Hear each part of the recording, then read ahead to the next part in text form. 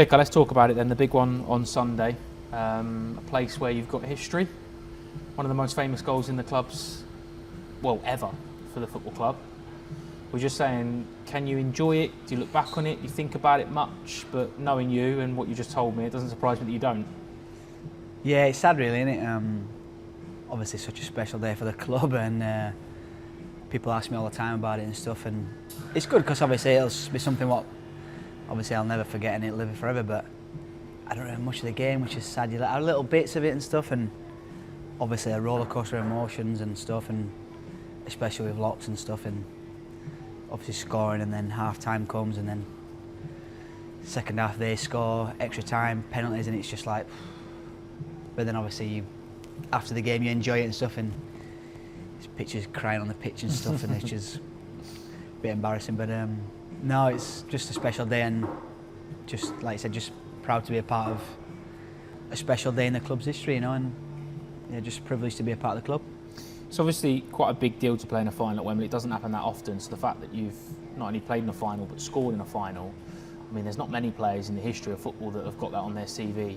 I don't know if you know this, but Messi and Ronaldo have only got a goal each at Wembley, so if you score at the weekend, you can overtake them. Wow, I didn't know that. That's a good company to be in. I say you can tell the kids, can't you? I've scored more than Messi has. Yeah, that's good. Yeah, hopefully, yeah. Oh, it's giving me a bit more incentive to score now. That. But it doesn't come along that often, does it? You know, cup finals and Wembley appearances and stuff. And no. We've spoken before about the amount of boys that are in the squad that have had exceptional careers and never been there. So, in the build-up to it, how do you approach it? Is it any other game? Is it understanding the size of it? Is it trying to play it down? What is it? Yeah, like you said, it's some players never get there in their careers, you know, and unless they, I think Calvert-Lewin said it the other day actually.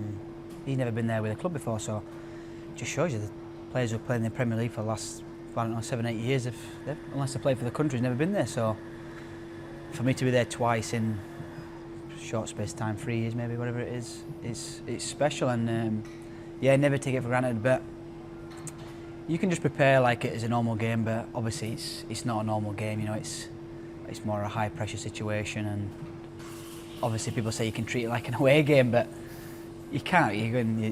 Obviously the stadium's huge, and I think basically whoever handles the nerve on the day really, and whoever executes the game plan the best he's probably going to win. And obviously we've got a good bit of form at the minute, and there's a good feel about the place, and the training ground's buzzing. Obviously we've craved that we've not had it all season, which we've struggled with, and it's been disappointing, and none so more than the fans, you know. I think we just got to look at it as just the next game really, and yeah, there might be more nerves and a bit more pressure, but I suppose it's just down to us players who's been there before, or maybe us senior players, just to try and keep everyone's mindset the same as in a regular game. Yeah. Any of the younger boys had a word with you about it? Asked you about how to deal with the pressure of playing at Wembley and things like that? Not so much yet, no. I mean, I think because we've had lots of games previously, and then the Easter weekend, which was full focus on winning the league games, which obviously we need to do with the position we're in. Obviously, it's been a bit of a weird week because obviously we've played Monday and then it's Sunday, innit? So it's like, what days off do you have? Because I know we don't like to have sort of 3 days leading into the game. So we've been off, then in today, and then off tomorrow, and then we'll have Friday, Saturday, which is obviously full focus on Stockport and how we can beat them. But no, to answer your question, not so much really yet. No, I mean, I've obviously spoke to people about the goal, which when they've asked and stuff, I never want to bring it up because you get called big time and stuff, and I never want to bring it up. So I always, if someone asks me, I'll always speak about it and stuff, you know. And then if it helps them 1%, and if I could give any little bit of experience, which I'll try and do anyway. But we've got, like I said, you've got quite young players, but we've got a lot of young players who've got a lot of confidence. And yeah, I mean, you look at Jake Richards, who's just a good example. He's in great form at the minute, isn't he? So with him, it's just a case of just keep telling him how good he is, because he's a top player, and for someone so young, he should just be going out there and just enjoying it, and just keep playing as you are and expressing yourself. And what a stage to do it on, you know. And like I said, just same for any other lads who's in good form at the minute. Well, you speak about good form, mate. 11 goals this season for you. Best season of your career. Just keep getting better. 6th season at the club, is it? 6th year, yeah. I don't think I've scored a good goal this year as well. I think I've been just been at the right place at the right time, really. I think you set the bar very high last season where you went for a series of scoring. I mean, the Cardiff goal, when you won goal of the season, the second that left your boot, and things like that. Yeah, but I mean, goals are goals, right? You said earlier in the season it's about getting in those positions and adding that a little bit more. And yeah, it's like you said, I feel like I'm getting better as I get older, and it's which is obviously a good thing for me. And I think sort of way the manager wants to play a little bit, and obviously for my role, sort of getting in the box a little bit more, which is more beneficial for me, because I think in previous years I've probably played a little bit deeper, which I'm happy to do and stuff. And like I think he's sort of seen me. I've had that little knack of finding the right space, and when you're in good form, it sort of falls for you anyway, and you get that little bit of luck, which I've probably had this year as well. So, but no, hopefully it continues from now to the end of the season, and another one on Sunday would be brilliant, yeah. And yeah, it'd be for me personally, it'd be really, really pleasing. Does Sunday take on more importance given the ups and downs we've had this season and the difficult time that we've had the last 18 months, 2 years? Because it feels a little bit sort of cathartic that we've all got that opportunity to be together, unified, 33,000 Luton fans in one place, hopefully in the sunshine, having a big day to celebrate. I suppose so, yeah. It's I know obviously the fans would rather be going there, guaranteed in a playoff final, and as just players, obviously 100% the same. And hopefully in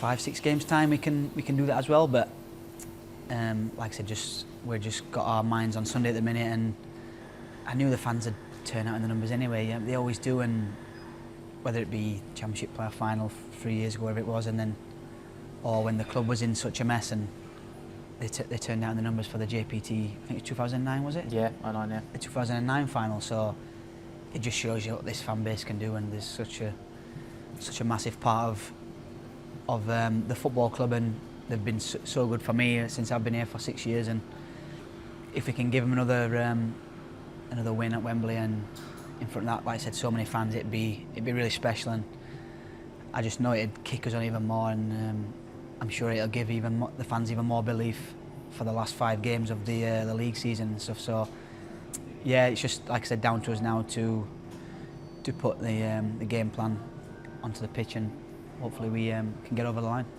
Why do you think you've got such a good bond and relationship with the supporters? Because, you know, for a player that's had a really good relationship with fans everywhere you've gone, why do you think you grow that connection? I just think I know what they want, and from playing against them in previous years, I've seen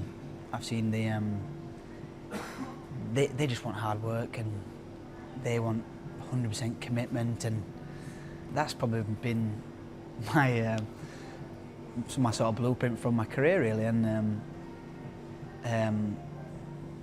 I've just gave my all for the last 6 years, and obviously I don't know, I think it's like I said, if you just give your all and your 100% effort and mixed in with a little bit, maybe a few good goals, or like hopefully a couple of important goals, and obviously that's like the icing on top of the cake for the fans, you know, and they'll never forget you for that. But no, they're down to earth, they're honest, they're sort of, I feel like I'm sort of that kind of guy as well, from where I've been brought up and stuff. So I just feel like we're sort of like the same people. And then I think I was lucky as well not unlucky and lucky when I got injured in the Premier League season, and I was sort of going to games as a fan. So I was basically just one of them at the time, and which was unlucky for me not to play the first I don't know how many months of the season in the Premier League, but to experience that with them was quite amazing as well, you know. And so yeah, I just think, like I said, just down to earth and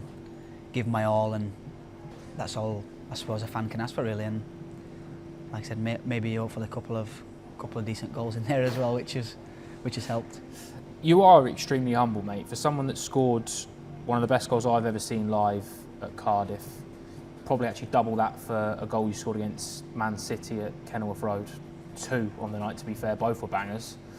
And then to have scored in a playoff final, to have captained the football club, to have made over 200 appearances in a really short period of time as well, by the way, considering you were injured in the Premier League season, to have racked up 200 in 6 seasons or 6 years is a good number. What's that support network like around you? Have you got the same group of friends that you've had since you were a kid? What's the family like? Do you speak about football when you go home? Because it'd be quite easy, I suppose, to be swept up in what you've achieved, but you've already said to us that you're not going to look back on it until you're retired and the boots are hung up and you get a chance to sit down. Yeah, I mean, I suppose on my friend side of it, I've still got the same group of friends I went to school with and stuff, and it's a shame I don't really see them as much as I would like to and stuff, obviously being down here, especially with kids now as well, so I don't really get back home as much, and that's sort of tough and stuff, and I always see them, they're doing stuff together and stuff, which is obviously a bit sad, but it's just a sacrifice you've got to make to be in the position I'm in, so I'm not going to complain about it, but yeah, obviously my 2 kids who've been down here as well with me now, who were born down here, so I just feel like my whole life's been down here, and I feel like I've been here longer than 6 years, but then again it feels like it's gone so quick, if that makes sense. But yeah, it's are you proud of what you've done?